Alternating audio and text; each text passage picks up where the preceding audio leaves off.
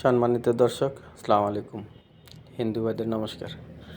আজকে যে গাড়িটি নিয়ে যে কথাগুলো বলবো সে গাড়িটি হচ্ছে পালসার লেজার এই যে 7 আর কি। গাড়িটির ডিস্টার্ব হচ্ছে, গাড়িটি চলতে গেলে চলতে চলতে গাড়িটি হঠাৎ করে দম দেয়। তো দম দেয় কী কারণে, এটা আমরা আজকে দেখব, শিখব। যারা নতুন আছেন তারা অবশ্যই চ্যানেলটি সাবস্ক্রাইব করবেন, পাশের বেল আইকনটি প্রেস করে দেবেন। নতুন নতুন ভিডিও সবার আগে আপনার কাছে চলে যাবে। আমরা কার্বোরেটরটা খুলে নিয়েছি। এখন আমরা কার্বোরেটরটি পরিষ্কার করে নেব। কার্বোরেটর ক্লিনার দিয়ে ভালো করে পরিষ্কার করে বাতাস দিয়ে এমনভাবে পরিষ্কার করব যাতে পরিষ্কারটা ভালো হয়। যত পরিষ্কার করবেন কাজটি তত ভালো হবে। যারা নতুন আছেন তারা দেখে নেবেন, দেখলে অনেক কিছু শিখতে পারবেন। কী কারণে গাড়ি চলতি অবস্থায় দম দেয়, আবার চোখ টেনে গাড়িটি যদি পিক আপ টেনে চালানো যায় সেক্ষেত্রে আবার ভালো চলে। আসলে সবসময় তো চোখ টেনে গাড়ি চালানো সম্ভব না, তাতে করে ফুয়েল বেশি খাবে, গাড়ি প্লাগ নষ্ট হয়ে যাবে, বিভিন্ন রকম ডিস্টার্ব দেখা দিবে। তো এই ডিস্টার্বগুলোর হাত থেকে বাঁচতে গেলে আমাদেরকে যে কাজটি করতে হবে, কার্বোরেটরটি খুলে দেখতে হবে যে আসলে প্রবলেমটা কী। তো আমরা কার্বোরেটরটা খুলতেছি। যেহেতু ফুয়েলের দাম এখন অনেক বেশি, সবাই চায় ফুয়েল যাতে একটু সাশ্রয় হয়, মাইলেজটা বেড়ে যায়। আমরা দেখছি কার্বোরেটরটা খোলার পরে কার্বোরেটরের তেলের মধ্যে আয়রন চলে আসছে। টাঙ্কিতে যে পরিমাণ ময়লা ছিল সেই ময়লাগুলো কার্বোরেটরে চলে আসছে। আসলে ময়লা তো চলে আসছে, ময়লা ঠিক আছে, ময়লা পরিষ্কার করলে পরিষ্কার হয়ে যাবে, কিন্তু আসলে ডিস্টার্বটা যে কারণে হচ্ছে সেটা আমরা দেখে নেব। ডিস্টার্ব হচ্ছে গাড়ি চলতে গেলে দম দেয়। এই কথাটা আমি আগেও বলেছি, আবারও বললাম। দম দেয় কী কারণে আমরা এটা দেখব। আমরা কার্বোরেটরটা পরিষ্কার করে নিচ্ছি, হাওয়া মারতেছি। এরপরে আমরা কার্বোরেটরের ভিতরে যে সকল পার্টসগুলি দেয়া আছে সেই পার্টসগুলি আমরা একে একে খুলে নিব। খুলে নিয়ে পরিষ্কার করব। এখন আমরা পিস্টন খুলব কার্বোরেটরের পিস্টন খুলে দেখব যে পিস্টনে কোনো সমস্যা আছে কি না, বা পিস্টনে কোনো জায়গায় দাগ পড়েছে কি না। যদি পিস্টনের দাগ সামান্যটুকু পড়ে থাকে সেক্ষেত্রে পিস্টনের সমস্যা হবে না। যদি অনেক বেশি দাগ পড়ে যায় সেক্ষেত্রে হয়তোবা সমস্যা হইতে পারে, সেটা আমরা দেখে নেব। এখন আমরা খুলব কার্বোরেটরের ভিতরের যে যন্ত্রাংশগুলি আছে এগুলো খুলে নেব, একে একে খুলে নেব এবং দেখব কী কারণে সমস্যাটা হচ্ছে। কার্বোরেটরের ছোটো জেট খোলার জন্য আমরা একটা রেঞ্জ বানিয়েছি, সেটা হচ্ছে পালসার গাড়ির ভ্যালভ দিয়ে ছোট্ট একটা রেঞ্জ বানিয়েছি যাতে ভিতরের ছোটো জেটটা সহজে খুলতে পারি। আমরা এটা খুলে নিলাম। এবারে লুজ প্লাস দিয়ে বড় জেটটা খুলে নেব। বড় জেট খোলা হচ্ছে। বড় জেট খুলে দেখব ভিতরে কোনো ময়লা বা কোনো সমস্যা আছে কি না, বা ভিতরের যে ছিদ্রগুলো আছে এগুলো বন্ধ হয়ে গেছে কি না। আবারও আমরা কার্বোরেটর ক্লিনার দিয়ে কার্বোরেটরটা পরিষ্কার করে নেব। দেখছেন আমরা কার্বোরেটর ক্লিনার দিয়ে কার্বোরেটর পরিষ্কার করছি। কার্বোরেটর ক্লিনার দিয়ে কার্বোরেটর পরিষ্কার করলে কার্বোরেটরের ভিতরে যদি কোনো জংকার বা কোনো ময়লা আবরণ লেগে থাকে সেগুলো খুব সহজে পরিষ্কার হয়ে যায়। এই কারণে আমরা কার্বোরেটর ক্লিনার ব্যবহার করি।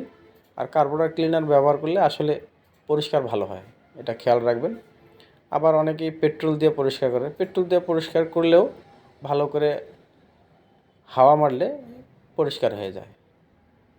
অনেকের কাছে কার্বোরেটর ক্লিনার থাকে না, বা যারা গ্রামে কাজ করে, যারা নতুন কাজ করে তারা হয়তোবা অনেকেই বোঝে না যে আসলে কার্বোরেটর ক্লিনার কী। ক্লিনার দিয়ে পরিষ্কার করলে এটা দিয়ে ভিতরে জংকার বা মরিচা এগুলো কিছু থাকবে না, সব কিছু নষ্ট হয়ে যাবে, পরিষ্কার হবে ভালোভাবে। দেখছেন ভালো করে পরিষ্কার করে নিচ্ছি। পরিষ্কার করার সময় অবশ্যই খেয়াল রাখবেন যে ভিতরে বড় জেটের ওখানে একটা বুশ থাকে, বুশটা যেন কোনোভাবেই হারিয়ে না যায় বা পড়ে না যায়, খেয়াল করবেন। যদি ওই বুশটায় হারিয়ে যায় বা পড়ে যায় তাহলে সমস্যা হবে সিটিংয়ে, গাড়ি অ্যাডজাস্ট হবে না বা গাড়ি ডিস্টার্ব, গাড়ি স্টার্ট করতে পিক আপ হবে না।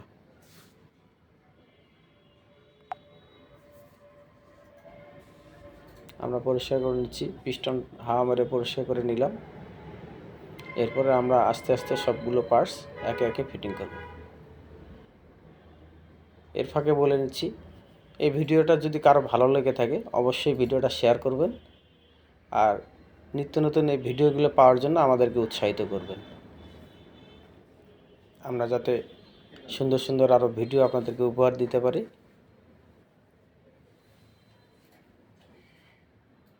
কার্বোরেটর পিস্টন ফিটিং করে নিচ্ছি। কার্বোরেটর পিস্টন ফিটিং করার পূর্বে আমরা দেখে নেব কার্বোরেটর পিস্টনের উপরে রাবারে একটা টাইমিং দেয়া থাকে, টাইমিংটা সুন্দরভাবে বসাবো। অনেক কার্বোরেটর দেখা যাচ্ছে টাইমিংয়ের অংশটুকু ছিঁড়ে যায়, সেক্ষেত্রে পিস্টনটা টাইমিং করে বসা নিলে হবে।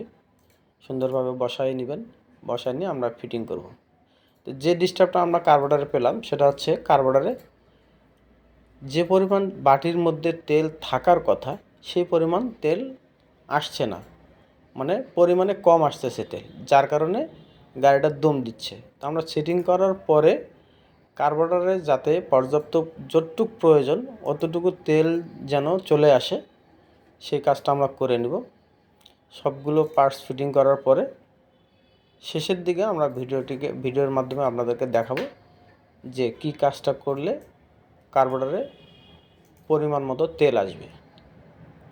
পরিমাণ মতো তেল না আসার কারণে গাড়ির তেল কম পাচ্ছিল, কম পাওয়ার কারণে গাড়িটা স্টার্ট দিয়ে যখন পিক আপ দিয়ে চালাবে চলতি অবস্থায় গাড়িটা দম দেয়। এটাই হচ্ছে মূলত কারণ। আমরা ছোট জেট সেটিং করে নিচ্ছি, এরপরে একে একে সমস্ত পার্টসগুলো আমরা ফিটিং করে নিব। ফিটিং করা হয়ে গেলে শেষে আমরা কার্বোরেটর তেল কন্ট্রোলার ফ্লোর যেটা বলে সেটা সেটিং করে নেব। ফ্লোর সেটিং করা হয়ে গেলে ছোট্ট স্ক্রুড্রাইভার বা পাতলা ধরনের কিছু নিয়ে ফ্লোরের যে পাতলা প্লেট থাকে ফ্লোর পিনের এখানে, ওই পিনটা একটুখানি ভাসিয়ে দেব। ভাসিয়ে দিলে কার্বোরেটরে পর্যাপ্ত পরিমাণ তেল আসবে। তেল আসলে পিক আপের আর কোনো সমস্যা হবে না। এভাবে করে দিবেন, দেখবেন যে কোনো গাড়ির এই রকম চলতি অবস্থায় আর দম দিবে না, গাড়িটা স্মুথ চলবে, তেল খরচ বেশি হবে না, বারবার চোখ করতে হবে না, স্টার্টের কোনো সমস্যা হবে না। দেখেন আমরা করে নিচ্ছি, হয়ে গেছে। বেশি ভাসিয়ে দিলে তেল অনেক বেশি এসে ওভারফ্লো করবে, এদিকে খেয়াল রাখবেন। ধন্যবাদ বন্ধুরা, ভিডিও আর বেশিক্ষণ করব না, কারণ ভিডিও বেশি হয়ে গেলে অনেকেই বিরক্ত বোধ করবেন। আশা করি ভালো থাকবেন।